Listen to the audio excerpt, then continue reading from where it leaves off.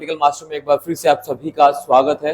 आज इस वीडियो में हम क्लास 12 के पॉलिटिकल साइंस के एक और मोस्ट इम्पॉर्टेंट चैप्टर जिसका नाम है एक दल की प्रधानता का युग, और इस चैप्टर से जितने भी क्वेश्चन आपके बोर्ड एग्जाम 2025 में पूछे जाने की संभावना है उन सभी को हमने सिंगल वीडियो में कवर किया। सो प्लीज इस वीडियो को एंड तक जरूर देखिएगा। चैनल पर पहली बार विजिट कर रहे हैं तो चैनल को सब्सक्राइब कीजिए, शेयर कीजिए, कमेंट कीजिए और ज़्यादा से ज़्यादा अपने सभी दोस्तों और अपने ग्रुप में, अपने स्कूल ग्रुप में से शेयर कीजिए।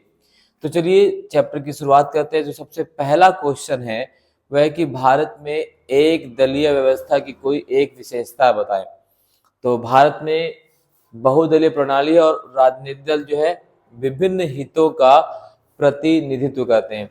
तो भारत में एक दलीय प्रभुत्व का जो विशेषता ये है कि यहाँ पर क्या है, मल्टी पार्टी सिस्टम है। और मल्टी पार्टी सिस्टम में केवल एक दल नहीं होते, मल्टी पार्टी सिस्टम में बहुत सारे दल चुनाव में जो है भागीदारी करते हैं और उनमें से जिस भी दल को सबसे ज़्यादा मत मिलता है, सबसे ज़्यादा वोट मिलते हैं, उसी दल की सरकार बनती है। तो ये भारत की एक दलीय प्रणाली की सबसे बड़ी विशेषता भी मानी जाती है, क्योंकि हम बहुदलीय होते हुए भी जो एक दलीय प्रभुत्व है उसमें हमने अपने आप को स्थापित किया था कांग्रेस के शासनकाल के दौरान। दूसरा है, कांग्रेस को लोकसभा के प्रथम एवं द्वितीय आम चुनाव में कितनी सीटें प्राप्त हुई। तो यहाँ से कई बार सवाल पूछा गया है कि कांग्रेस को प्रथम आम चुनाव में और दूसरे आम चुनाव में कुल कितनी सीटें प्राप्त हुई। तो कांग्रेस को जो है पहले आम चुनाव की अगर हम बात करें तो उसे 364 सीटें प्राप्त हुई थी और दूसरे आम चुनाव में कांग्रेस को 371 सीटें मिली थी। इस प्रकार से एमसीक्यू में जो है आप सभी से सवाल पूछे जा सकते हैं। ठीक है, तो ये चीजें आपको कवर करके चलनी है, ये आपको कवर कर, इस प्रकार से क्वेश्चन पेपर में पूछे जाएंगे। आगे बढ़ते हैं। भारत में एक दल की प्रधानता किस दल से संबंधित रही है और कब तक इसकी प्रधानता रही। तो भारत में कांग्रेस की प्रधानता जो है 1967 तक रही, 1967 तक। तीसरे आम चुनाव की अगर हम बात करें तो कांग्रेस के एक दल की जो प्रभुत्व वहां तक कायम थी। और भारत में जो एक दलीय प्रभुत्व है, एक दल की जो प्रधानता की युग है, वो कांग्रेस पार्टी से संबंधित माना जाता है। ठीक है,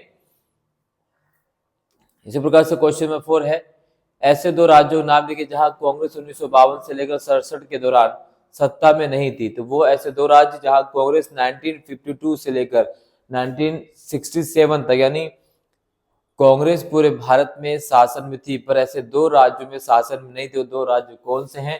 तो है केरल और जम्मू एंड कश्मीर में जो है कौन सत्ता में नहीं थी? कांग्रेस पार्टी जम्मू कश्मीर और केरल में सत्ता में नहीं थी। इसी प्रकार से ऐसे दो राज्यों के नाम लिखे जहां कांग्रेस 1952 से लेकर 67 के दौरान सत्ता में थी। तो वह है आपका पंजाब, उत्तर प्रदेश, ऐसे बहुत सारे राज्य है। जनता पार्टी कब अस्तित्व में आई और इसका नेतृत्व किसने किया? तो मोस्ट इंपॉर्टेंट क्वेश्चन है। तो स्वतंत्र पार्टी की स्थापना 1959 में की। कब की गई थी? स्वतंत्र पार्टी की स्थापना 1959 में की गई। और इस पार्टी का नेतृत्व किसने किया था? C Rajagopalachari, A M Munshi, N G Ranga, इन सभी लोगों ने स्वतंत्र पार्टी का नेतृत्व किया था और इसकी स्थापना 1959 में की गई थी। तो ये काफी इंपॉर्टेंट क्वेश्चन है, इस चीज से जो है आपको क्लियर लेके चलना है। पेपर में क्वेश्चन यहाँ से पूछे जाते हैं। कांग्रेस पार्टी की स्थापना किस वर्ष हुई? तो कांग्रेस पार्टी की स्थापना 1885 में ए के ह्यूम के द्वारा की गई और इसके जो पहले अध्यक्ष थे वो थे WC बनर्जी, यानी रमेश चंद्र बनर्जी। राइट, भारत की सबसे पुरानी पार्टियों में से कौन है? कांग्रेस पार्टी। भारत में एक दल प्रधानता कब से शुरू होता है? तो भारत में एक दल का प्रधानता युग जो है 1952 से शुरू होता है, जब हमारा पहला आम चुनाव होता है। 19 हालांकि प्रथम आम चुनाव जो है 1951 से लेकर 1952 तक चला था, पर इसे 1952 का आम चुनाव ही माना जाता है। तो कांग्रेस का जो एक दल का प्रभुत्व का युग है वो 1952 के पहले आम चुनाव से तीसरे आम चुनाव तक माना जाता है। ठीक है, इसी प्रकार से भारत में एक दल की प्रधानता का युग किस नेता से जुड़ा हुआ है? तो भारत में एक दल की जो प्रधानता का युग है वो किस नेता से जुड़ा हुआ? तो वो नेता है पंडित जवाहरलाल नेहरू, जो भारत के पहले प्रधानमंत्री, पहले विदेश मंत्री भी थे। ठीक है, इसी प्रकार से है भारत में पहले आम 3 चुनाव में मतदाताओं ने किस पार्टी का नेतृत्व प्रदान किया? तो पहले आम 3 चुनाव मतदाताओं ने कांग्रेस पार्टी को ही नेतृत्व प्रदान किया था। कांग्रेस पार्टी भारत की सबसे प्राचीन पार्टी थी और कांग्रेस पार्टी में अधिकतर हमारे स्वतंत्रता सेनानी शामिल थे और इसका फायदा कांग्रेस पार्टी के चुनाव में मिला। तो इस तरीके से पहले 3 आम चुनाव में मतदाताओं ने कांग्रेस पार्टी को ही नेतृत्व प्रदान किया था। क्वेश्चन पूछा गया कि कांग्रेस की किस विशेषता ने भारत के स्वतंत्रता आंदोलन के दौरान इसे एक विचारात्मक गठबंधन बनाया? तो वो कौन सी विशेषता है जिससे एक विचारात्मक गठबंधन बनाती है?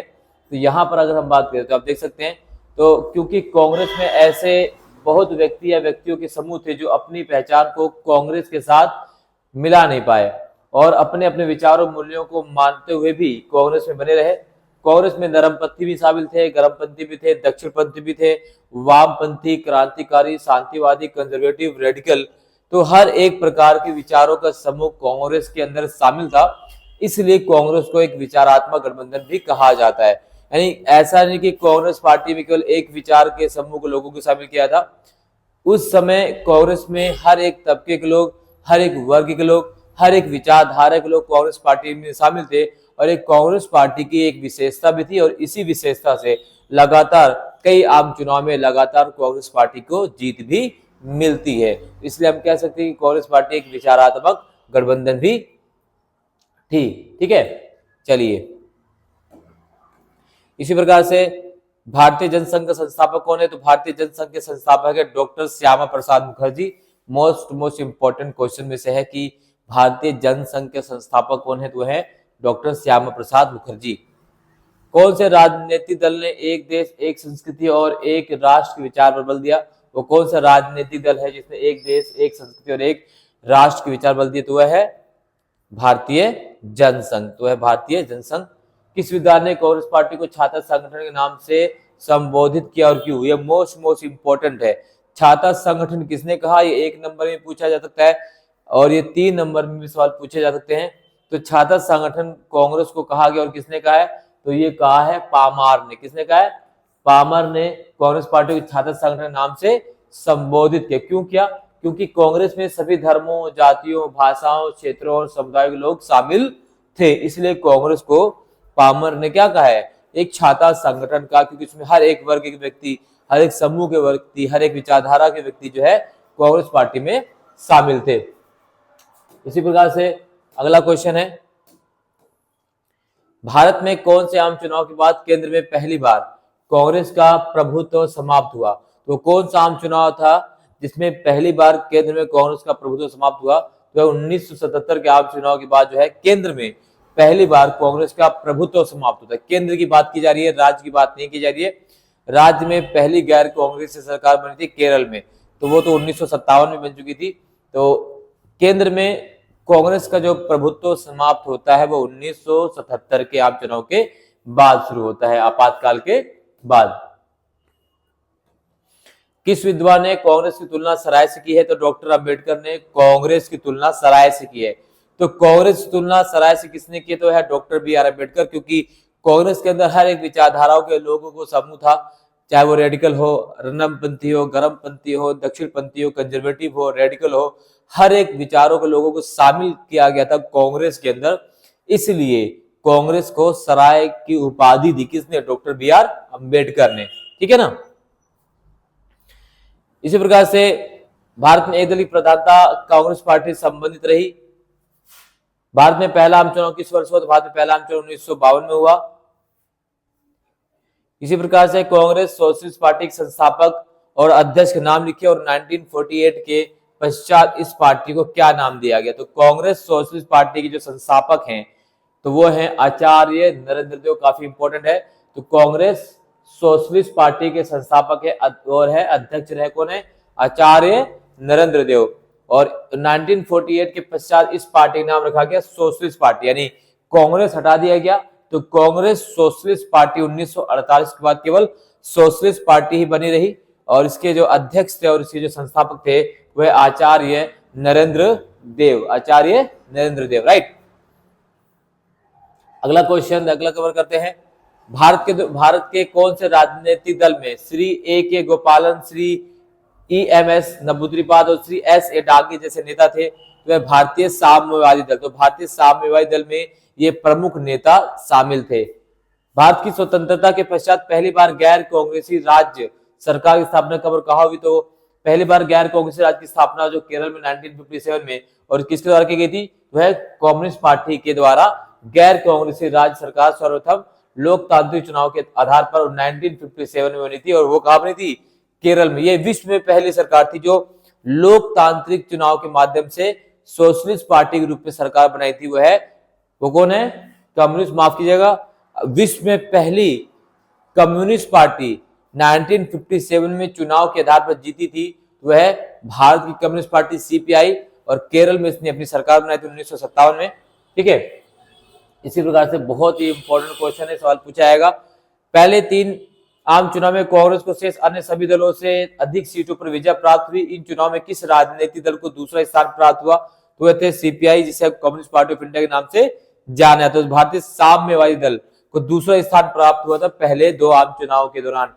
भारतीय कम्युनिस्ट पार्टी कब और क्यों 2 भागों में विभाजित जाती है? तो भारतीय कम्युनिस्ट पार्टी जो है स्थापना कब हुई थी? पहले देख लेते हैं। तो भारतीय साम्यवादी दल यानी कम्युनिस्ट पार्टी की स्थापना 1924 में की गई थी, और 1959 में चीन के साथ संबंध के बारे में भारतीय साम्यवादी दल में 2 गुटों में बन गया, और 1962 में इसके बाद मतभेद होता है, और 1964 में ये जो है 2 भागों में बढ़ जाती है। एक तरफ ये रहते हैं, 1964 में 2 भागों में बढ़ जाती है, एक तरफ वामपंथी, दूसरी तरफ मार्क्सवादी। तो एक तरफ CPI communist party of India, दूसरा हो गया CPIM यानी कम्युनिस्ट पार्टी ऑफ इंडिया मार्क्सवादी। तो भारत की जो साम्यवादी दल है वो कब 2 भागों में बढ़ जाता है? 1964 में। जो 1962 की युद्ध के बाद जो दोनों दलों के अंदर मनमुटाव हुआ था, जो मतभेद पैदा हुए थे, उससे वो कम्युनिस्ट पार्टी 2 पार्ट्स में डिवाइड हो जाती है 1964 में। एक बन जाती है CPI और दूसरी बन जाती है CPIM। ये इंपॉर्टेंट है। ठीक है, चलिए अगला है, भारतीय संदर्भ में एक दलीय प्रभुत्व से क्या तात्पर्य है? तो एक दलीय प्रभुत्व व्यवस्था उसे कहते हैं जहां बहुदलीय पद्धति के अंतर्गत किसी एक दल की प्रधानता होती है, और एक दलीय प्रभुत्व व्यवस्था में यद्यपि अन्य भी कई दल होते हैं, परंतु उनका राजनीतिक महत्व अधिक नहीं होता, क्योंकि लोगों का उन्हें अधिक समर्थन प्राप्त नहीं होता है। ऐसी व्यवस्था में मतदाता केवल एक ही दल को अधिक महत्व देते हैं। भारत एक दलीय प्रभुत्व व्यवस्था का एक प्रत्यक्ष उदाहरण रहा है। तो देखो, एक दलीय प्रभुत्व भारत से बाहर भी रहे हैं। जैसे अगर मॉस्को की बात करें तो मॉस्को में भी एक दलीय प्रभुत्व रहा है, लेकिन मॉस्को के अंदर क्या है? केवल एक ही पार्टी के साथ साथ, वहां दूसरी पार्टी चुनाव में भागीदार हो ही नहीं सकती। चीन में भी एक दलीय व्यवस्था है, चीन में भी एक दलीय प्रभुत्व, लेकिन वहां चीनी पार्टी के अलावा कोई दूसरी पार्टी चुनाव में पार्टिसिपेट कर ही नहीं सकती। तो भारत की जो एक दलीय व्यवस्था है वो बाकी राज्यों के, बाकी देशों के एक दलीय व्यवस्था से बिल्कुल डिफरेंट है। हमारे यहाँ पर तमाम पार्टियों को चुनाव में पार्टिसिपेट करने का अधिकार है, तमाम पार्टियां चुनाव में भागीदारी ले सकती हैं, और उसके बावजूद भी कांग्रेस लगातार 3 आम चुनाव में उसका जो प्रभुत्व लगातार बना रहा। तो इस वजह से भारत की जो एक दलीय प्रभुत्व व्यवस्था है बाकी देशों की एक दलीय प्रभुत्व से काफी अलग है, काफी डिफरेंट है। ठीक है, यहां से भी सवाल पूछे जाते हैं। अगला है, भारत की चुनाव आयोग के सामने पहले आम चुनाव करवाने से पूर्व आई किन्हीं 4 समस्याओं की व्याख्या कीजिए। तो पहले आम चुनाव में 4 जो समस्या प्रमुख मानी गई थी वो क्या था? कि भारत के आकार को देखते हुए एक स्वतंत्र और निष्पक्ष चुनाव कराना बहुत कठिन था। जो पहले चुनाव आयोग के अध्यक्ष थे वो थे सुकुमार सेन। तो पहली चुनाव दौरान जो सबसे बड़ी समस्या थी कि हमारा देश क्या था? बहुत ज्यादा विशाल था, और इस विशाल देश में एक साथ एक समय में चुनाव कराना बहुत ही कठिन कार्य था, असंभव सा कार्य प्रतीत हो रहा था। लेकिन फिर भी हमारे चुनाव आयोग के सदस्यों के सहयोग से और कर्मठता से हमने इसको सफलतापूर्वक जो है अंजाम दिया। मतदाता सूचियां तैयार करना एक मुश्किल कार्य था, और जब मतदाता सूची तैयार की गई तो आधे से ज्यादा मतदाता सूची में लोगों के नाम जो है गलत छप गए। किसी के नाम के आगे अल्लाह की बीबी, फलाह की बीबी, इस तरह से नाम लिखवाए गए। तो इस तरह से मतदाता सूची में बहुत ज्यादा गड़बड़ी हुई। बाद में दोबारा से मतदाता सूची तैयार की गई। मतदाता सूची तैयार होने पर उनमें से कई गलतियां पाई गई, अतः चुनाव आयोग ने ऐसी सूचियों के पुनः अवलोकन का आदेश दिया। प्रथम चुनाव के समय लगभग 17 करोड़ मतदाता थे, और इन मतदाताओं में केवल 15% साक्षर थे, और इस कारण चुनाव आयोग को मतदान की विशेष पद्धति के बारे में भी सोचना पड़ा। केवल 17 करोड़ मतदाता थे। इन 17 करोड़ मतदाता में केवल 15% लोग क्या थे, साक्षर थे। तो इतने कम साक्षरता होने के बावजूद भी हमने बैलेट पेपर के माध्यम से, मत पत्र के माध्यम से पहला आम चुनाव को सफलतापूर्वक अंजाम दिया। दुनिया के तमाम देशों के तमाम स्रोतों की निगाहें हमारे चुनाव पर टिकी हुई थी। बहुत से लोगों को मन में ये बातें उमड़ रही थी कि भारत जो है अपने लोकतंत्र की शैशव अवस्था में क्या हो जाएगा, समाप्त हो जाएगा, विलुप्त हो जाएगा। लेकिन हमने दुनिया को सफलतापूर्वक लोकतंत्र के चुनाव को अंजाम देकर दिखा दिया कि भारत जो है वो कुछ भी कर सकता है। तो इस तरीके से पहले आम चुनाव में जो समस्याएं थी, उस समस्या को पार करते हुए हमने चुनाव को सफलतापूर्वक कराया और लोकतांत्रिक रूप से सरकार की स्थापना भी करवाई और दुनिया देखती रहेगी। अगला है 1959 में स्वतंत्र पार्टी की स्थापना किसने की? इस पार्टी की किन्हीं 3 नीतियों और कार्यक्रमों का वर्णन कीजिए। तो स्वतंत्र पार्टी की स्थापना की थी सी राजगोपालाचारी ने, और इस पार्टी का विचार था कि सरकार अर्थव्यवस्था में कम से कम हस्तक्षेप करे। इस दल ने निजी क्षेत्र को खुली छूट देने की तारीफ की थी और यह पार्टी कृषि में जमीन की हदबंदी, सरकारी खेती और खाद्यान्न के व्यापार पर सरकारी नियंत्रण के विरुद्ध थी। कौन? स्वतंत्र पार्टी। अगला है मोस्ट इंपॉर्टेंट है, भारत में पहले 3 आम चुनाव में कांग्रेस के प्रभुत्व के किन्हीं 4 कारणों को स्पष्ट कीजिए। पहले आम चुनाव में कांग्रेस के प्रभुत्व के क्या कारण थे? ठीक है, तो ये कई बार क्वेश्चन पूछा गया है। तो पहला कारण था सभी वर्गों का प्रतिनिधित्व। कांग्रेस के अंदर हर एक वर्ग का प्रतिनिधित्व था। ऐसा नहीं था कि कांग्रेस के अंदर केवल एक विचारधारा के लोगों को शामिल किया गया था या किसी एक विचार से संबंधित लोग कांग्रेस के अंदर शामिल थे, ऐसा नहीं था। कांग्रेस के अंदर हर प्रकार के विचारों को शामिल किया गया, चाहे वो मार्क्सवादी हो, कम्युनिस्ट हो, ठीक है, समाजवादी हो, रेडिकल हो, उदारवादी हो, रूढ़िवादी हो, हर प्रकार के विचारधारा के लोग कांग्रेस के अंदर शामिल थे। दूसरा, विरोधी दल कांग्रेस में से ही निकले हुए थे।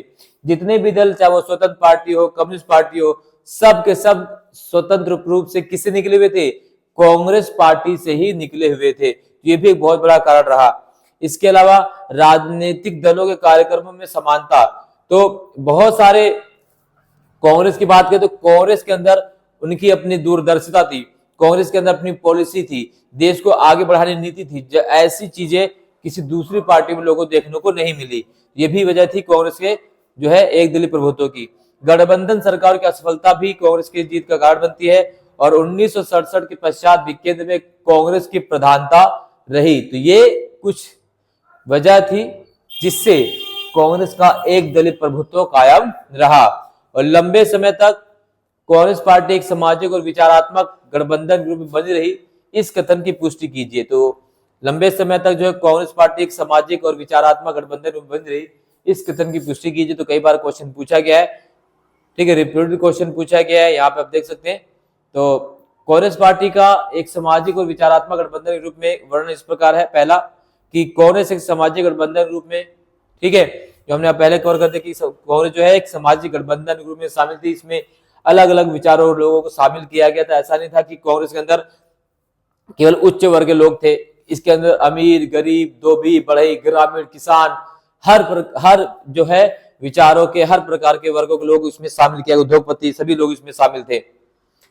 इसके अलावा कांग्रेस एवं विचारात्मक गठबंधन के रूप में, तो कांग्रेस में विभिन्न विचारधारा के नेता या लोग शामिल थे, जिनके कारण कांग्रेस को एक विचारात्मक गठबंधन भी कहा जाता है। कांग्रेस पार्टी में गर्मपंथी भी थे, नरमपंथी भी थे, क्रांतिवादी भी थे, शांतिवादी भी थे, उदारवादी भी थे, रूढ़िवादी भी थे, दक्षिणपंथी भी थे, वामपंथी, रेडिकल्स, यानी हर मध्यम वर्ग, हर प्रकार के विचारों को, लोगों को किसमें शामिल किया गया था? कांग्रेस के अंदर। तो ये वजह थी कि कांग्रेस एक विचारात्मक गठबंधन के रूप में भी लंबे समय तक जो है मौजूद रही। इसका आप जो है स्क्रीनशॉट ले सकते हैं, ठीक है। तो इस तरह से आपके पेपर में जो है क्वेश्चन इस चैप्टर से पूछे जाएंगे, काफी इंपॉर्टेंट है। बार बार यहाँ से क्वेश्चन रिपीट हुआ है। तो अभी तक हमने जितने क्वेश्चंस कवर किए हैं, ये आपके चैप्टर 2 यानी एक दल के प्रभुत्व के दौर से, एक दल के प्रभुत्व के युग से है और इससे बाहर आपके बोर्ड एग्जाम में क्वेश्चन नहीं आएंगे। आई होप ये वीडियो आपको पसंद आए। अगर पसंद आए तो लाइक, शेयर, कमेंट जरूर कीजिएगा और चैनल पर पहली बार विजिट कर रहे हैं तो सब्सक्राइब करना बिल्कुल मत भूलिए। बहुत बहुत धन्यवाद। जय हिंद।